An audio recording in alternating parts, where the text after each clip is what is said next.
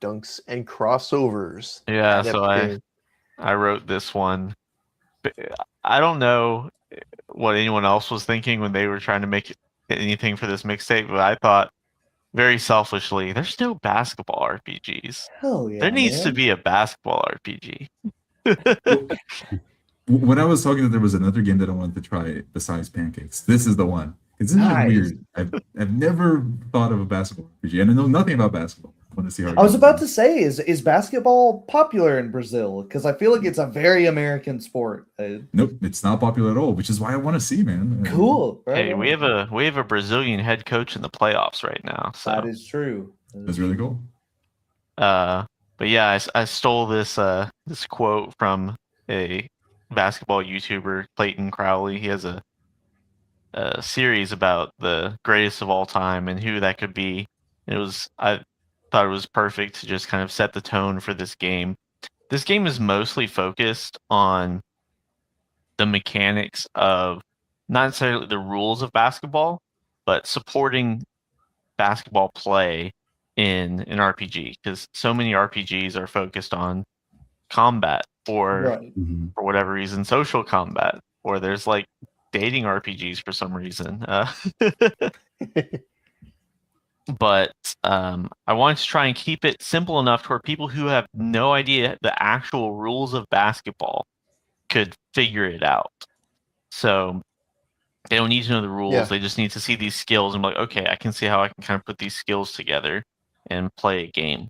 If you actually want to scroll down to the skills section, I added, just to keep it simple, the exact same amount of skills as there are in the base game, but you actually use the base game skills and the basketball skills. Just depends on if you're in a basketball game or not. And it was really difficult. I went back and forth with Space Roadie a couple times trying to figure out what are the most important skills to have in a basketball game. I actually consulted the 2K game, all their skills. Oh, that's clever. And they have so many skills because it's a video game and it's doing all the calculations for you. Right. But I think most people think of shooting the balls. There's multiple shooting skills, but we could not forget the trash talk skill, the all important. You got to be able to make Larry Bird. Exactly.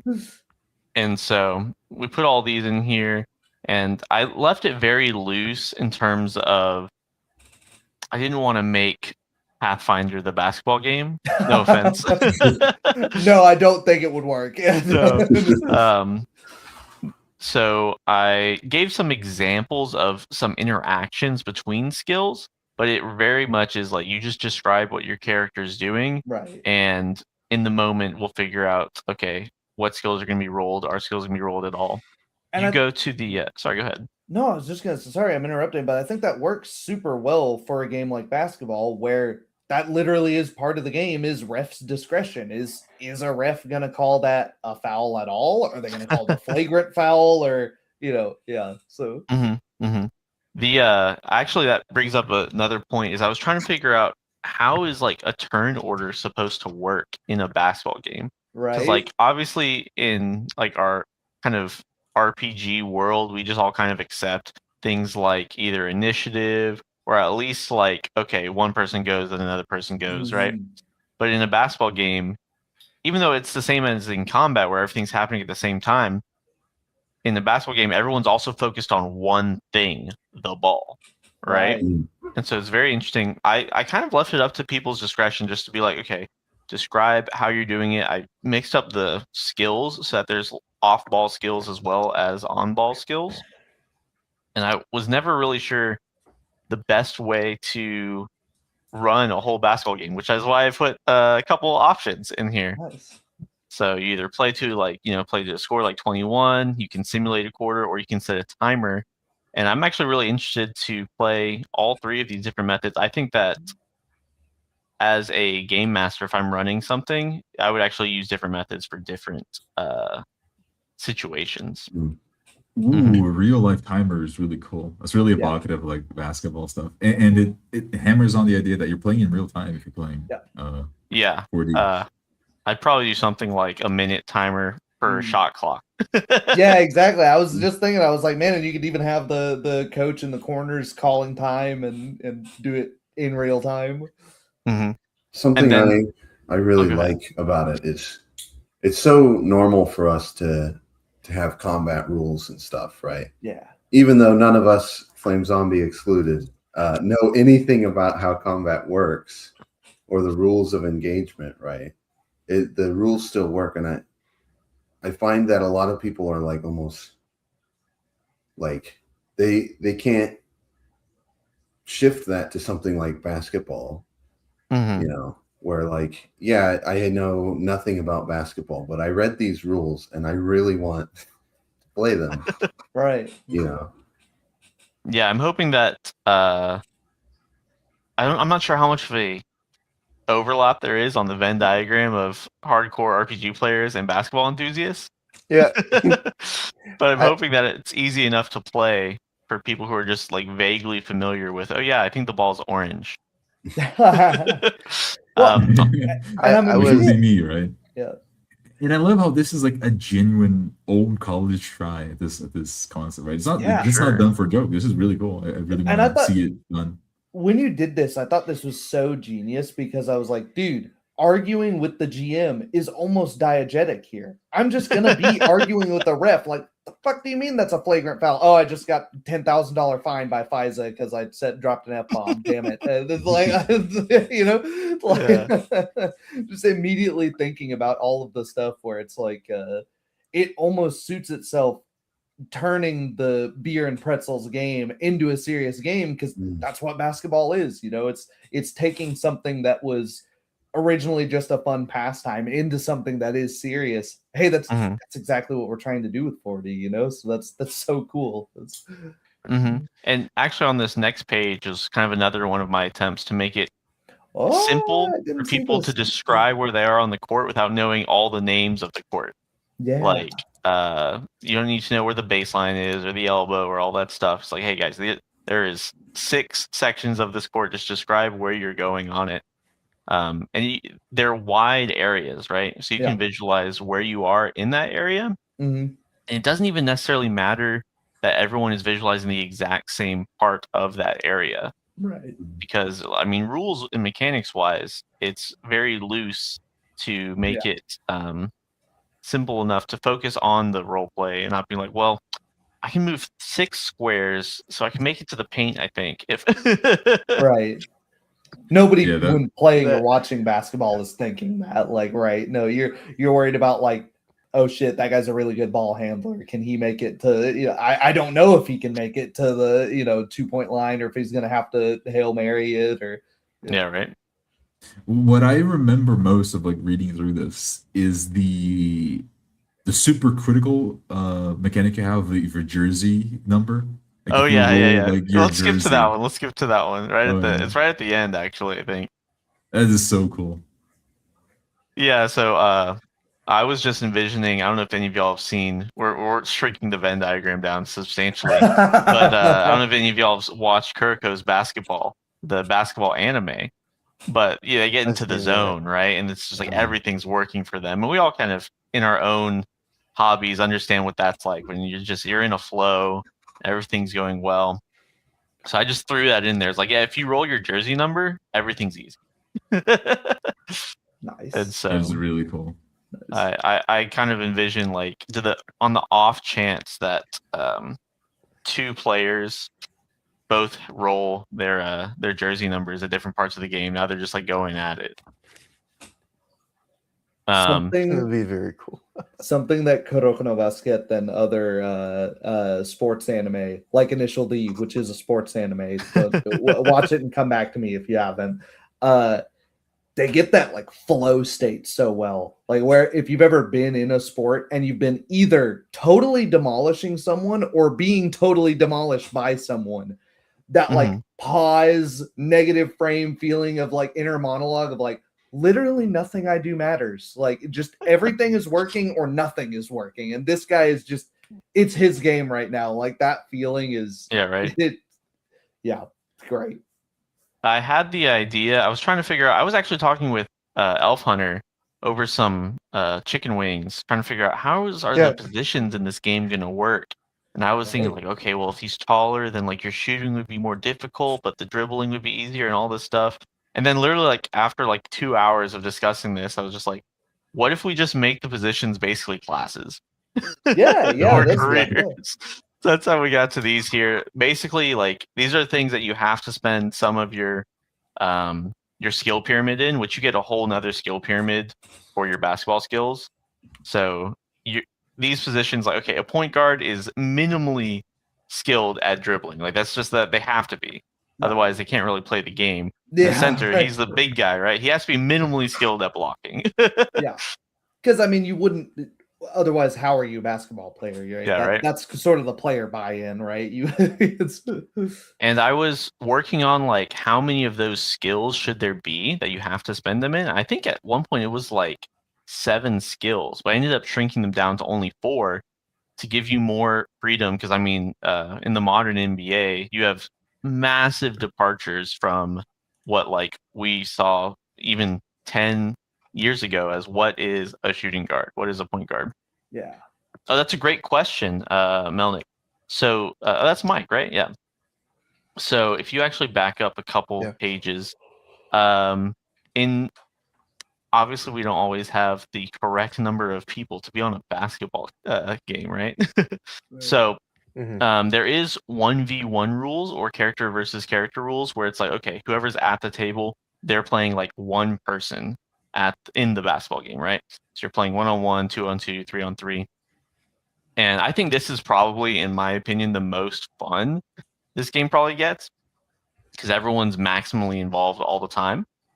I included these and I put a little disclaimer at the bottom. It was like, guys, these are just examples. None of these are actual like law rules because I'm sure there's so little not only just playtesting for this game, but so little information on like this world of RPG where like there's so many games that have combat. People figure, okay, this Right. works, this doesn't. Yeah. But this is a kind of a new thing. You're really breaking new ground on this. Yeah, Trying I to. can't really think of anything other than like maybe a sidebar rules for something like this. Like in some Pathfinder supplements, you'll have like here's a game that the local peoples play, but it's one paragraph. It's not a whole game. Yeah, right. It's funny because I can't remember. Maybe it was Space Raid, but I was talking to somebody. It's like I'm basically taking in other games would be, okay, you roll an athletics check, you roll an athletics check, we'll see who wins, right? Right. And expanding that into a full game. Yeah. But this is one way to play the game. But if you go back another page, I believe. Yeah, so this is if you're playing a game with, say you have 3 players at the table and 1 GM.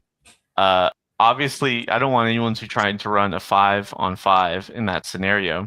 And so I just gave the advice like, okay, look, just forget that basketball is usually 5-on-5. Just play a 3-on-3 game. All right. Imagine that's how the NBA is working at this point, because it just makes it simple that the players can play their individual character while the GM can focus on the other team. Mhm. But in order to make it simple for the GM, all the roles except for shooting roles are player facing. So say that Flame Zombie, you're a point guard, Pancake, you're a center, and Conway, you're a shooting guard, right? You're all are on offense. Basically, if you need to make a daring pass, Flame Zombie, you just roll your pass. And if that is a success, it makes it to whoever you pass it to. If it's a fail, then whoever was defending you, or maybe the guy who's defending Pancake, gets their hand on the ball, right? It keeps it simple for the GM, but they have to be describing this. Like if they're describing the players like, just trying to be very conservative on defense, then that failed pass is not going to be, oh, they stole the ball. It's going to be, oh, you didn't catch the pass in stride, so you're not getting like a free layup or something, right? Gotcha. Mm. Okay. Then the only exception to that being shooting, because I don't want some scrub basketball team that y'all are playing against when you're all are on defense just constantly making shots because you happen to be rolling bad on your defense rolls, right? Right. That's one part of the game that it makes more sense to zoom in a little bit. Mm. Yeah, like I could see immediately like another way of doing it, like just immediately zooming in on who's right in front of you, or like whoever's screening you, or who has the ball, and the rest of the team is kind of there, right? You'll see them as you run past them if you've got the ball. They're otherwise Mhm. they're not in focus right now. Yeah. The one thing that I did kind of mechanize a little bit more than other things is how like rebounding works. Because right there, that third bullet point is, a missed shot, you roll a d10, because I wanted to make sure you only need to use the d10s in this game. I mean, everyone has d6s, but whatever. So you roll a d10, and that tells you kind of what area of the court that it goes to, and then only the people in that area are going to be like rolling to rebound, right? So hopefully you're in the right spot. But it makes sense because you have to be in the paint most of the time. So good positioning is still important. Yep. How well does this lend itself to 4D's wish for everyone to always be in character at all times, right?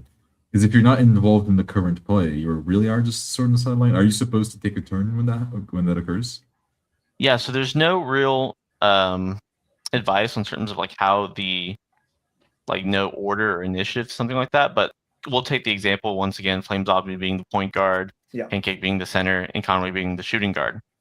You can discuss maybe outside, maybe in a timeout, right? Or before the game starts, hey guys, these are kind of the plays that we're going to try to do. Or you can run it more freeform, where Flame Zombie saying like, I'm dribbling the ball, waiting for my teammates to get in position. And Pancake's saying like, I'm forcing my way into the paint to catch a rebound. And Conway says, I run to the left 3-point to catch a pass. Yeah. Right. And so even though Flame Zombie's the one with the ball, he's waiting for y'all to position yourselves. Yeah. Maybe I'm a bad, maybe I've got the ball, but I'm a bad ball handler. So I'm just waiting for somebody to screen for me. I'm looking over, I see Conway's not on anybody, and there's a freaking 7-foot tall giant. I'm not running this past him, man. Like, that's cool.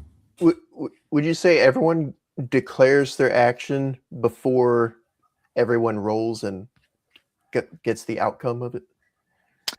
It's really up to the table to figure out what makes sense for them the most. In my head, if I'm trying to run it, since the GM is really mainly almost taking a back seat because they're trying to control multiple players at the same time, I would have everybody kind of declare what they're doing, and the GM would just kind of declare I guess, overarching resolution. Yeah, or at least an overarching intention for the other team.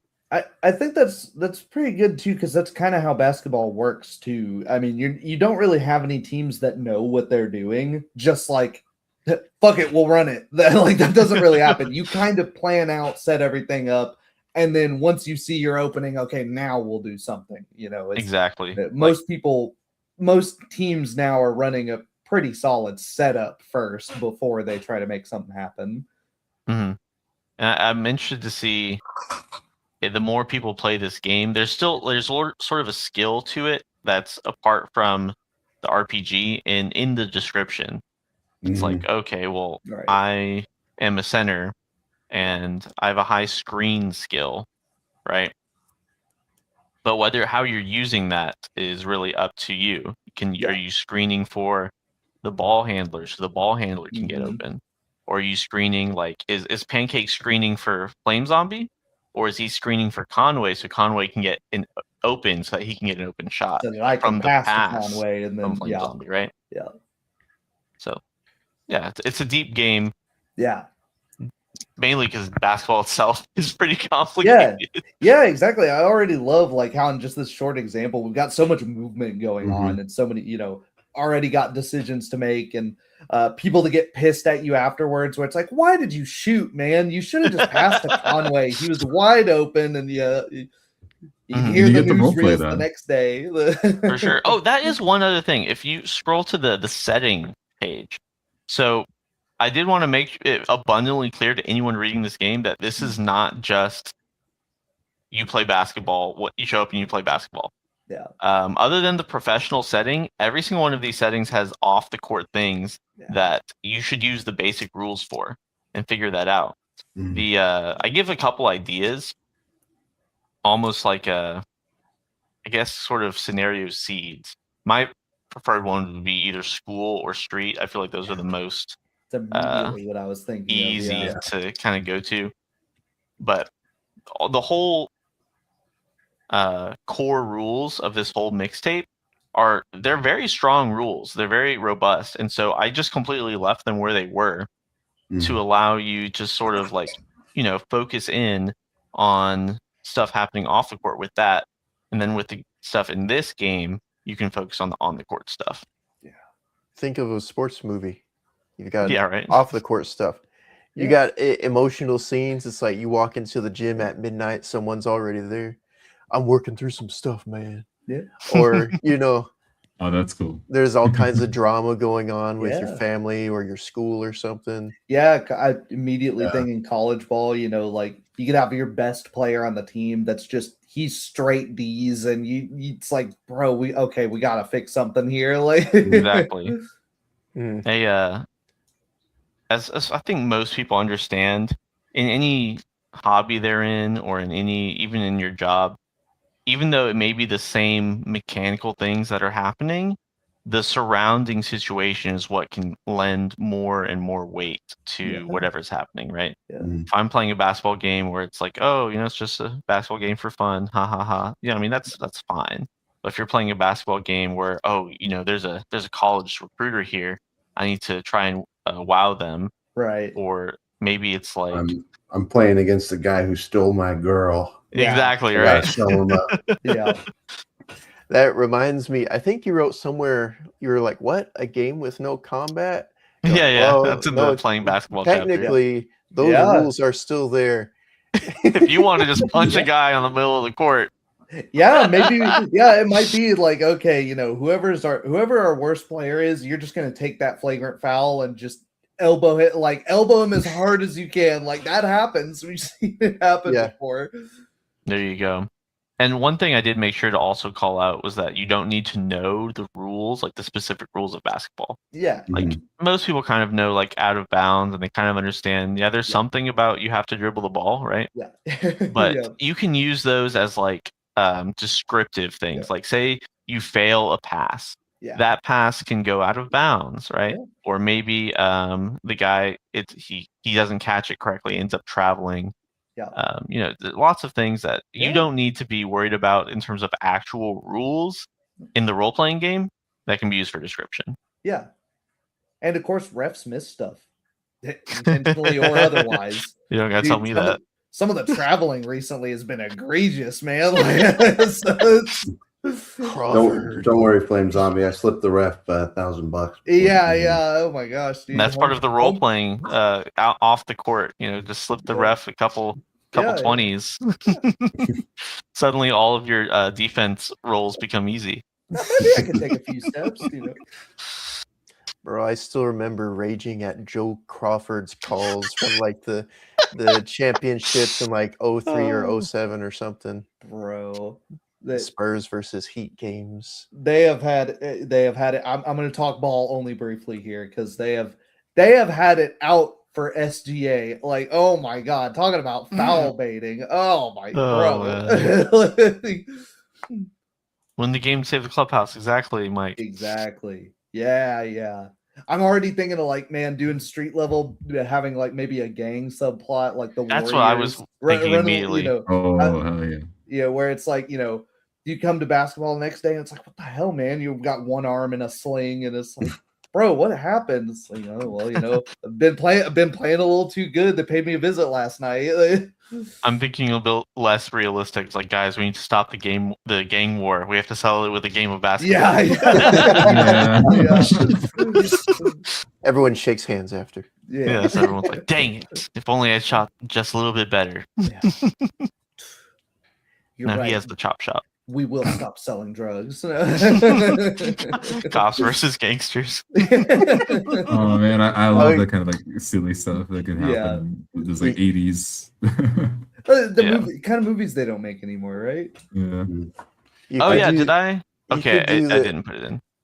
real quick, sorry. I was gonna say you could do that setup where the Mormons come over to your house and say, if we win, you guys come to church with us, and the other guys are like, if we win, you guys come drinking with us. Yeah.